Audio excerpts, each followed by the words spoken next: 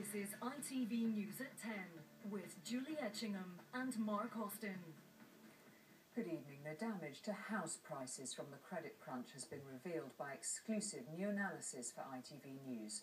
Since 2007, 130,000 homeowners in England and Wales ended up selling their houses at a loss. That's 40% of all sales.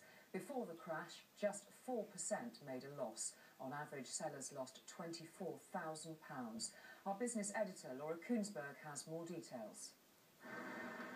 Save up for a home, end up worse off. The very opposite of what's meant to happen. For thousands, placing their financial faith in bricks and mortar has instead cost them dear. Tim Johnson spent £90,000 on his Kettering home and thousands more doing it up. But under pressure from estate agents, with few buyers biting, he felt forced to lose £12,000.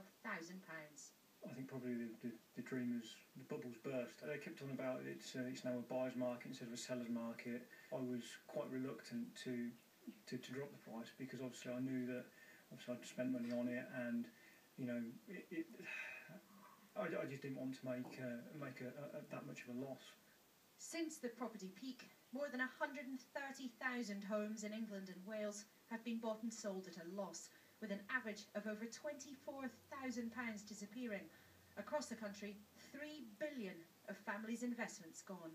The huge change in reality is really not well understood. It's a staggering change in terms of the difference, and it's really affecting the view of whether or not housing and an individual house is a safe thing to put your money in anymore.